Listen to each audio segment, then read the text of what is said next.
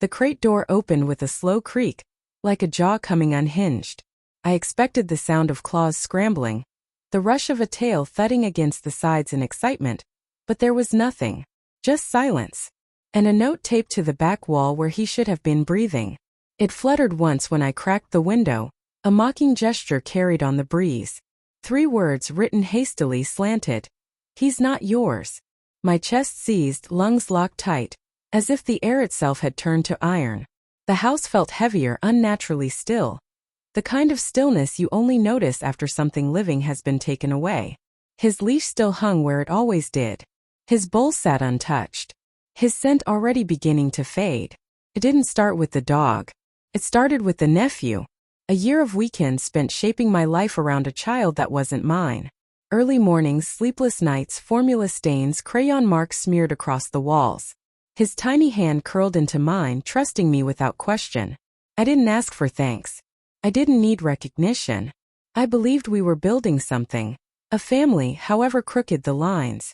All I asked in return once was simple. One weekend could she feed him? Just feed the dog while I was away. She laughed like I'd asked her to carry a coffin, dismissing me with, "I'm not your assistant."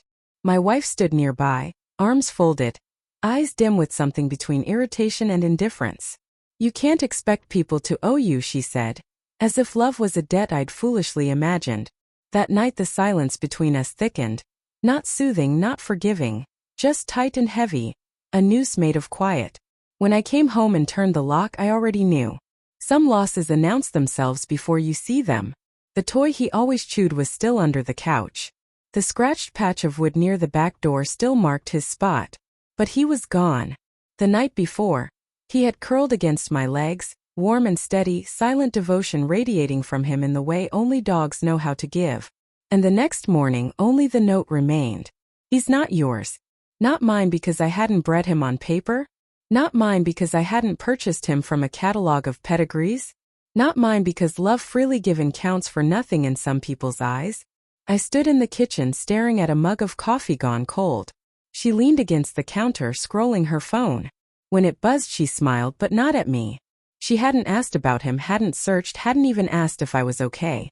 Her words were cold as glass. "Maybe it's for the best. You were getting too attached." As if love were some disease. I remembered the day I found him at the shelter. Rows of metal cages, eyes dull and desperate. He was the only one who didn't bark.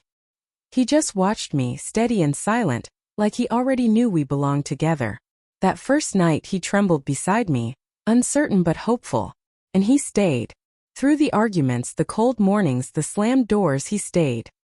He waited outside my nephew's bedroom door every weekend, guarding without being asked, loyal to the bone. I searched for him. Posters stapled to poles. Shelters called. Streets driven over and over. Nothing. No chip scans, no calls, no body. Just absence. Every time I brought him up, she grew colder, her eyes glacier. "It's just a dog," she said, impatient.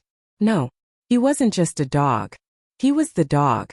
The one who sat beside me while I came apart and never turned away. The one who knew the outline of my grief before I did. I kept the note. I studied it until I memorized the curves of every letter. It wasn't her handwriting, but I knew her presence in it.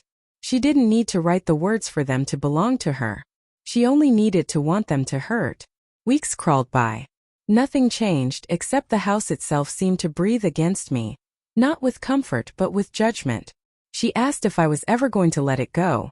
I didn't answer. One morning I opened the closet where we stored photo albums. The ones with him were gone. Only the nephew's pictures remained, preserved and smiling. It wasn't just about the dog anymore. It was about erasure. Control. A slow, quiet effort to dismantle the pieces of me that didn't fit into her design. She called it balance.